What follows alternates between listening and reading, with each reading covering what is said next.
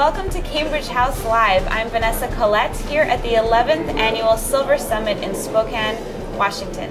I'm joined by Jeff Christian, Managing Partner at CPM Group. Welcome, Jeff. Great to have you here with us today. It's great to be here. Jeff, gold and price silver manipulation is a hot topic these days. Mm-hmm. With the CFTC investigation closed, what's your take on everything that's been going on? The CFTC has been studying silver all along. I think it's 50 years now since the silver contract restarted on the COMEX, and the CFTC has studied it throughout that period of time. There were hearings about manipulations in the markets in the early 1980s. The Surveillance Department did studies, released them in 2004 and then again in 2008. And each time they said there's no evidence of concerted manipulation. They, in 2008 study, said in fact there's evidence suggesting that it doesn't occur. I think for politically inspired reasons, the CFTC in 2008, because it was in the midst of the financial crisis, decided to have the Enforcement Division look at silver study.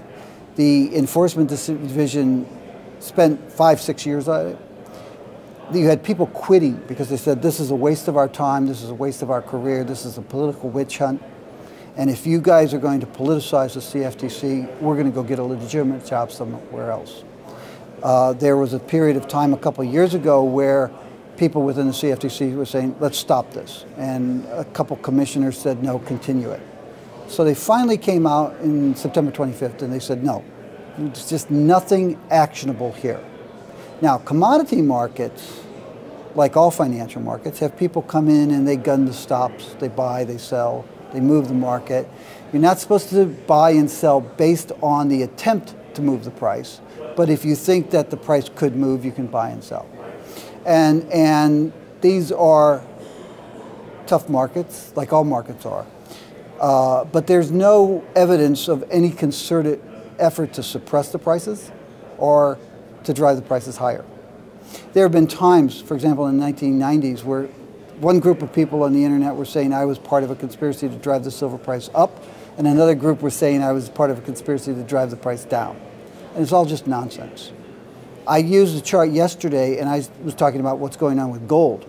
And you hear people talk about someone trying to smack down the gold price because you have these periods of time, like 8:50 to 9 o'clock, 10-minute periods where you see really heavy trading on the COMEX and the price moves sharply. So what we have done is a variety of research, all using publicly available data. And in gold, just between the 1st and the 17th of October, you've seen 6 periods, 6 10-minute periods, where you had more than 1 million ounces of gold trade on the COMEX. 3 of them, the trading was on the buy side and drove the prices up, $11, $33 on the 17th. 3 of them were on the downside and drove the price down. So you had waves of buying and waves of selling coming in. What we do know is that you have a tremendous amount of algorithmic trading across financial markets, stocks, bonds, currencies, and commodities. And what you're seeing are thousands of participants who are using similar computerized trading models, and those models kick in and say, the price of gold has ticked below 1340, sell. And that's what you're really seeing. Now, somebody looked at my data and they said, well, if you look, the volumes and the price moves on the downside in October have been about 50% greater than the upward moves. How do you explain that? Well, that's because we're in a bear market. And in a bear market, you make more money shorting a commodity than going long. Now, second point I will make is this is nothing new. These algorithmic trades have been there for years. There are more participants trading on them now than before, but we've seen this kind of volume for years. It's just that the conspiracy guys, they admitted to me 2 years ago when we took them on, they had never been to CMEgroup.com, the website for the Chicago Mercantile Exchange. They didn't know what data was there, and now they know it. But if you go back to 2010, 2011, you would see that there were these 10-minute periods where there's this massive waves of buying and selling, and the buying outpaced the selling at least 2 to 1 because it was a bull market. And the third and final point I'll make on it is this is true across commodities. And in fact, you probably see some grains and agricultural markets that have even bigger waves of buying coming in relative to the open interest. So it's not unique to gold and silver. If you're in the gold business, you may feel set upon, but if you're in the commodity business, you realize this is going across commodities. And if you're in the financial markets, you realize it's also going on in stocks and bonds and currencies. So do you believe that we are operating in a completely free market situation? What do you mean completely? I understand free, but completely I don't know. We're operating in regulated markets. And if anything, the commodities markets regulations have been too lax over the last several years. I do not think that there is any concerted effort to suppress gold and silver prices. There's absolutely no evidence there. As I said, the CFTC has looked at it and said, in fact, there's evidence to the contrary. I think that there's a cottage industry that likes to scare people into buying gold and silver, and they distort reality. We have proven over and over again that what they do is they lie. You can go to our website, you can download information that takes the different allegations of purported evidence and says, no, this is not actually what happened. What I did here this week is I pointed out that the one fellow who holds himself out to be an experienced metals trader, in fact, has no experience ever trading metals at any bank, and he was a car salesman. In addition to which, the only two people I know who have ever been barred permanently from being in the futures and options industry are people who now run conspiracy theories. And the one who was barred in 2002 in a settlement said, I believe that this one particular bank ratted me out and told the CFTC that I was doing inappropriate fraudulent trades. And if I can ever wreak vengeance on that bank, I will. So there's a lot of evidence that there's no conspiracy. There's no evidence that there's a conspiracy. And there's a lot of evidence that the people who are touting these conspiracy theories are liars and fraudsters, and not the kind of people you want to associate with, and not the kind of people on whose advice you want to make your investment decisions. Jeff, considering the $13 billion fine that JPMorgan agreed to for wrongdoing, do you think it's feasible that they would try to manipulate metal prices at all? It's feasible, but it's unlikely. And understand that $13 billion fine. That fine was based on trades that were, and investment activity that was done by Bear Stearns before it went bankrupt and by Washington Mutual before it went bankrupt. And both of those two entities were bought by JPMorgan at the insistence, if you will, of the US government that needed to bail out those companies and clean up the books. So they're being fined $13 billion for things that Bear Stearns, which was a pretty rugged investment bank as opposed to a commercial bank, and Washington Mutual, which was sloshing all these inappropriate mortgages out. They're being fined that. And there's something else that you really need to know about this. If you look at, like, I think 5 or 6 investigations into JPMorgan's behavior, electricity is one, mortgages, all of those investigations have come forth since Jamie Dimon testified before Congress a couple years ago saying Dodd-Frank's and other regulatory reforms are really poorly structured and you're going to do damage to the economy and to the financial markets if you try to implement these. You should modify your reform plans. And he was extremely forceful in hearings before the Congress that the regulatory reforms that they were instituting, A, would be ineffective to stop fraud. And he was cleaning up the fraud that Bear Stearns and Washington Mutual had inherited from them at the request of the US government.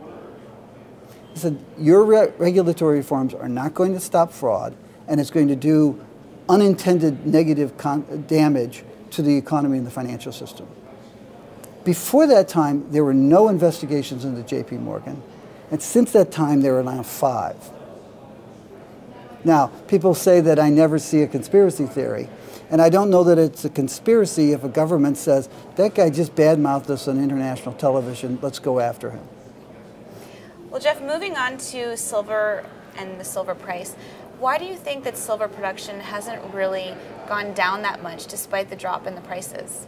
Well, what we're seeing right now is a cutback in exploration spending and also in developments of new projects. So actual production has risen. Actual production and long-term outlook are two different things. You'll see a reduction in the growth rate. One of the things, when you first see the prices fall, as they have been, you see the producers cut back on future developments. The other thing they do is they move to a higher grade ore.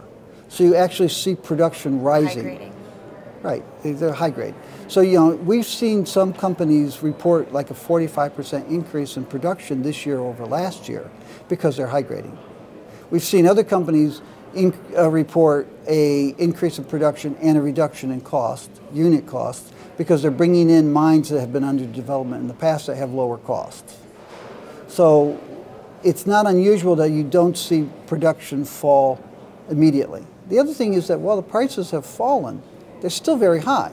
At $23 an ounce, most silver producers are still making good profits. And at $1,300 an ounce, most gold producers, probably 95% of gold production is extremely profitable at $1,300 an ounce. Where does CPM Group see the silver price going short term and long term? Our expectation is that the price could go lower over the next couple years. We're seeing a lot of investors leaving the gold and silver markets, which is why the prices have been falling. Institutional investors? Or? Institutional investors, high net worth investors. In silver, it's very bifurcated.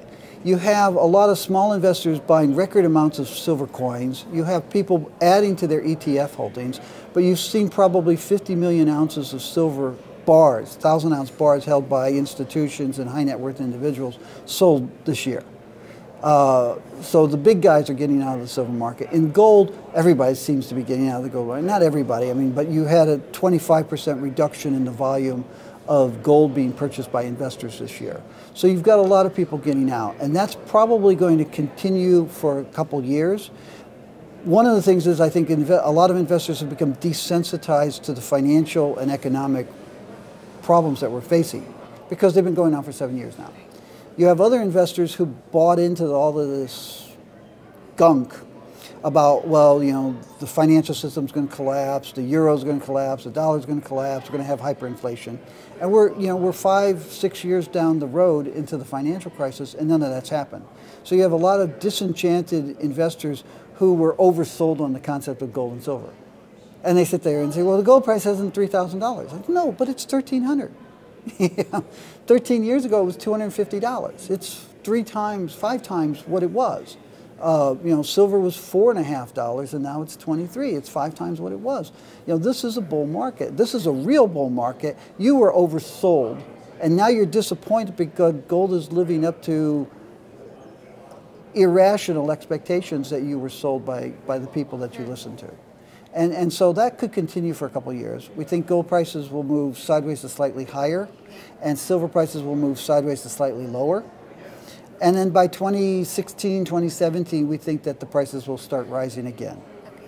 And are you seeing a specific number in there in 2016, 2017, or a range? In terms of prices, well, we're looking at gold to trade between, say, $1,250 and $1,500 over the next couple of years, and then start moving back up toward 16, 17, 1800 over the ensuing 7 years. With silver, we wouldn't be surprised to see the price come down to around $17 over the next couple of years, and then we wouldn't be surprised to see the price back up around 30 or even higher 10 years from now. Interesting. Well, Jeff, it was a pleasure having you with us here today. It's always a pleasure. Yeah, thank you for joining us. Okay, take care.